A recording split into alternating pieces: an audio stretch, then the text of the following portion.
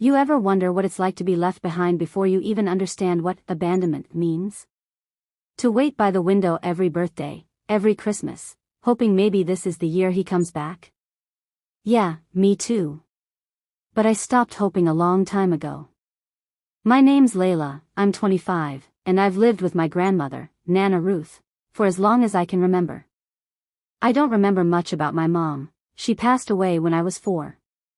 A car crash. She was picking me up from preschool, and we never made it home. I survived. She didn't. That's the first scar I carry. The second came not long after, when my dad, Mark, dropped me off at Nana's house and never came back. I was 5. And he just disappeared. At first, I asked Nana every day, "When's Daddy coming back?" She'd always give me the same soft, sad smile and say, "He's on a long trip, honey. But you've got me." It took me a couple of years to realize that long trip meant forever. No siblings. No uncles or aunts. It was just me, Nana Ruth, and Pop, my grandpa, Tom. They were both in their 50s when they took me in, and I swear, they were the strongest people I've ever known. We lived in Asheville, North Carolina, in a small single-story house with creaky floorboards and sun-faded curtains. It wasn't much, but it was home.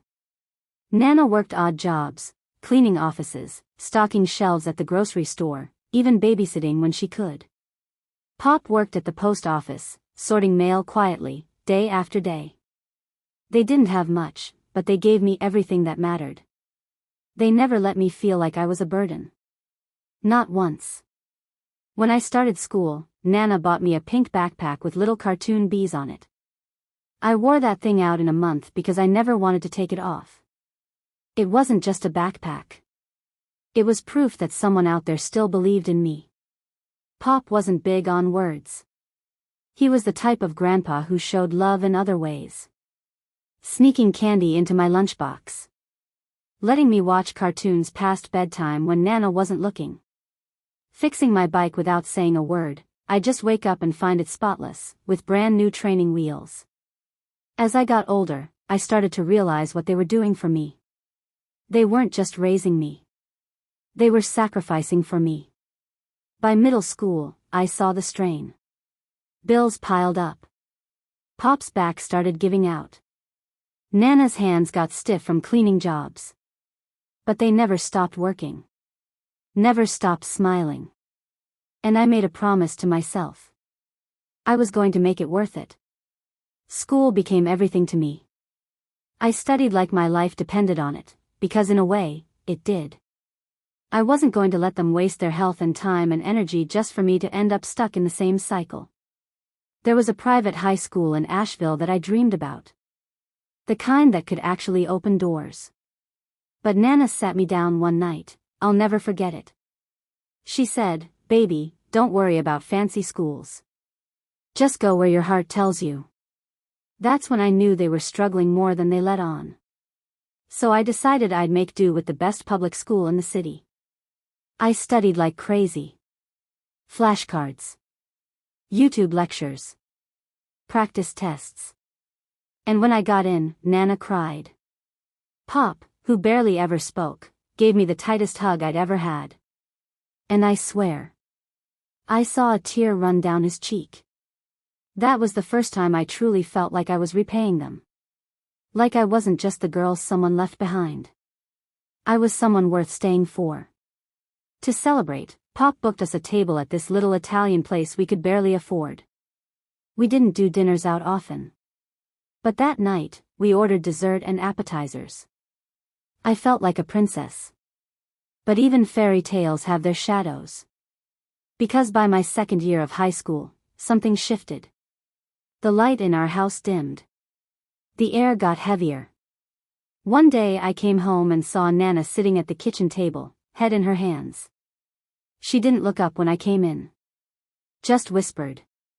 "Pop's sick." And that's when everything changed. When Pop got sick, I thought I could handle it. I was a teenager. Still in school.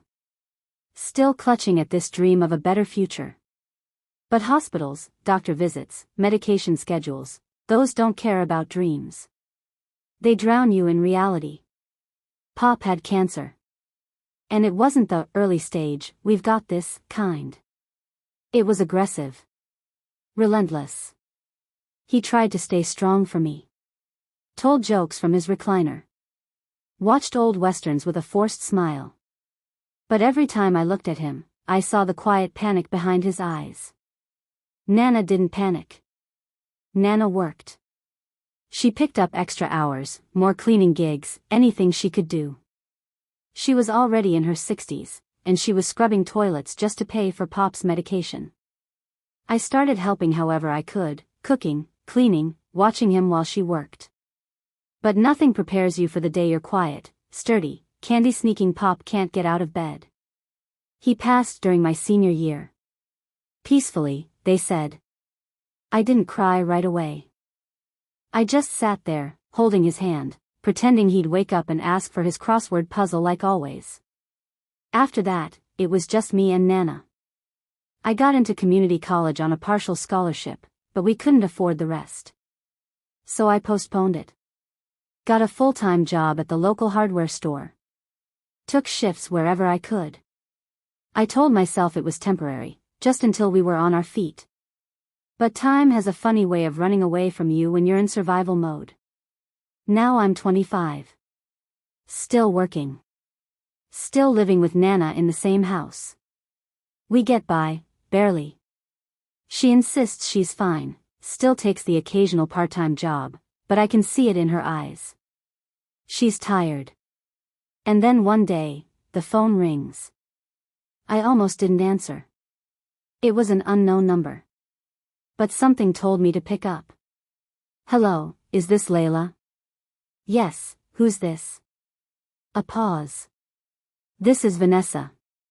I'm Mark's wife. I nearly dropped the phone. Mark. My father. The man who vanished when I was 5. The man who never sent a card, never called, never did anything but disappear. He passed away. There was a car accident last week. My stomach dropped, but not for the reason you think. I didn't feel grief. I felt nothing. Just this weird numbness, like she was talking about a stranger. I see, I said quietly. She kept talking. Something about the funeral. Some story about where they lived now, Georgia, I think. I wasn't really listening. I was still processing the fact that the man who abandoned me was gone. And then she said it. There are some matters of the estate. He left some assets behind, and as his biological daughter, you're listed as an heir. I blinked. Wait, inheritance? Yes, she said, and suddenly her tone changed. It was still soft, but there was something tight about it. We were hoping you'd consider waiving your claim. It would really make things easier for us. I mean, for me. That's when the numbness cracked. Not grief. Anger. I hadn't seen a dime from this man my whole life. He left me with 2 elderly people who worked themselves to the bone just so I could have shoes that fit. He never checked in. Never helped. Never gave Nana $1.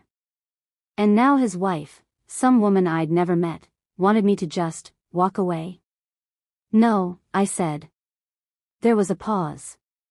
I'm sorry, she said, as if I had misunderstood her oh-so-generous request. I said no, I repeated, stronger this time. I'm not giving up anything. You didn't even know him, she snapped. What difference does it make to you? I nearly laughed. You're right. I didn't know him. Because he made sure of that. But that doesn't change the fact that I'm his daughter. And I have a legal right to whatever he left behind. Another pause. Then she muttered something like, "This isn't fair," and hung up. I sat there, the phone still buzzing in my hand. Fair? Was it fair when I watched my pop fade away because we couldn't afford better care? Was it fair that Nana had to mop floors at 70 just so we could eat? No. Life wasn't fair. But for once, I wasn't going to let someone else decide what I deserved. I told Nana everything.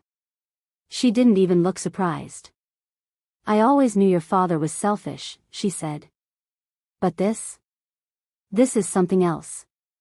She reached for my hand across the table. Don't back down, honey.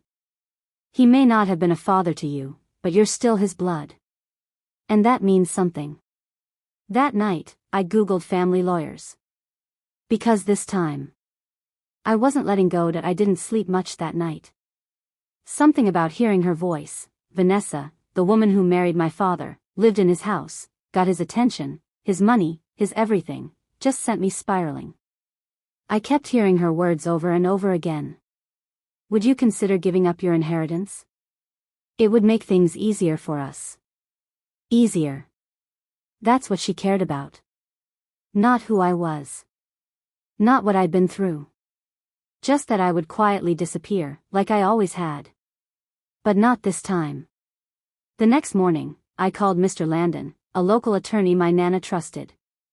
He'd helped a few people in our neighborhood over the years, mostly with wills and housing stuff.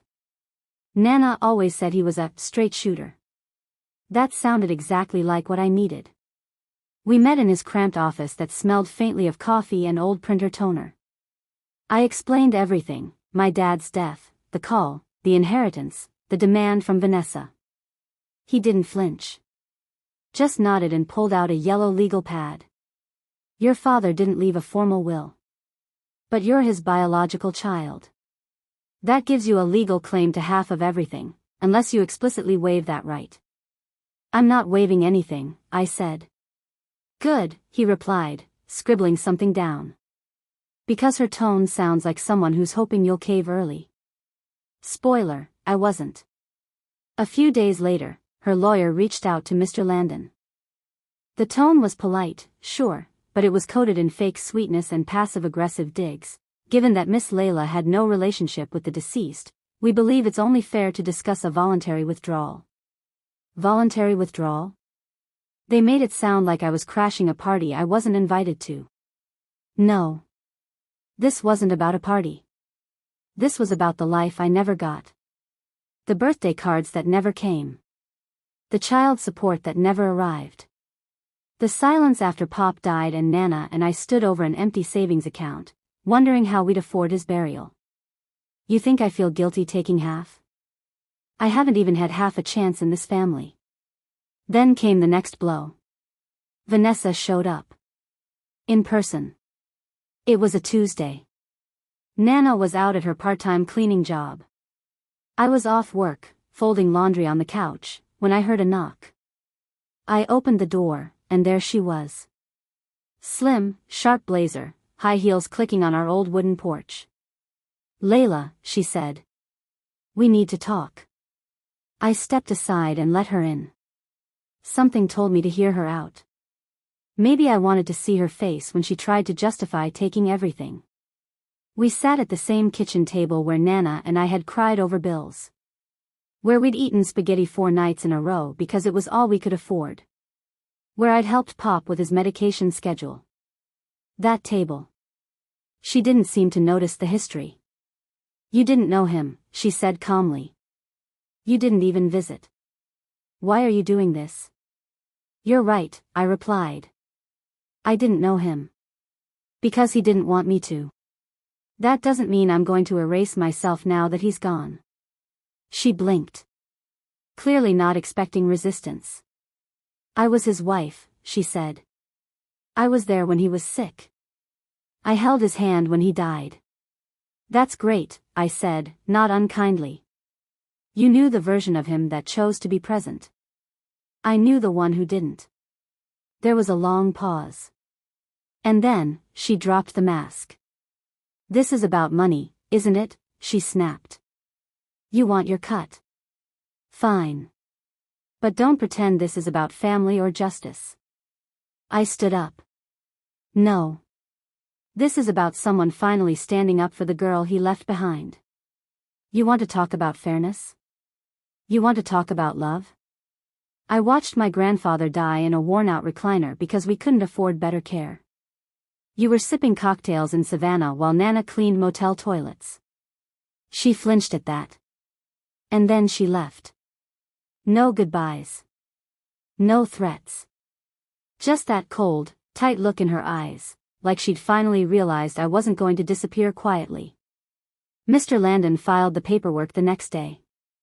Vanessa's team came back with more resistance. Claimed there were verbal agreements between her and Mark. That he intended to leave everything to her. No will. No proof. Just whispers and desperation. We weren't backing down.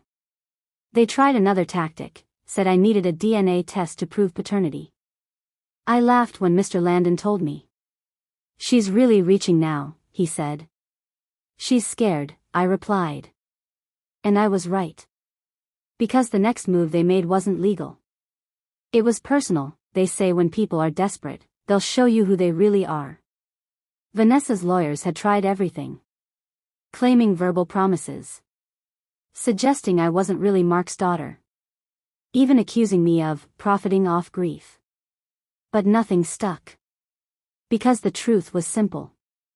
I was his daughter. And no matter how upset he'd been, no matter how much it hurt to even say I was his child, that meant I had rights. Legal rights. Emotional rights. Human rights. But Vanessa wasn't done. Not yet. One Thursday afternoon, Mr. Landon called me while I was on break at work. She's offering a settlement, he said. That word made my stomach twist. A settlement? I repeated. She's proposing a clean 50-50 split of the estate, he explained. No more contest. No court hearings. Just, done. I sat there in the stockroom, surrounded by boxes of plumbing supplies and dust, trying to process. After months of fighting, this was it? She's tired, he said. And her lawyers know she's not going to win. There's no will. No written statement. Nothing to back her claims. Just a lot of bitterness. I didn't answer right away. Because part of me wanted to say no, to drag it out, the way she had. To make her feel everything I'd felt since I was 5 years old. Forgotten. Pushed aside. Ignored. But another part of me was just tired too. And maybe, just maybe, this wasn't about revenge anymore. Maybe it was about finally closing a door I'd spent too long waiting by. I'll take the deal, I said. Mr. Landon didn't try to sway me. He just nodded and said he'd start the paperwork. The estate wasn't massive, some savings, a retirement account, a small rental property, and a modest house in Georgia. But my half was enough to do what really mattered. Light bulb, I paid off our debts. Light bulb, I helped Nana retire. Light bulb, and I finally enrolled in college. The day I walked into that admissions office, I felt like I was stepping into a life that had been paused for a decade. Like I was finally living for me. Nana cried when I told her I was going back to school. Not big dramatic sobs, just soft, proud tears while she stirred her tea. She looked at me and said, "Pop would be so proud of you." And I knew she was right. Not because of the inheritance. Not because of the fight. But because I didn't let myself get erased.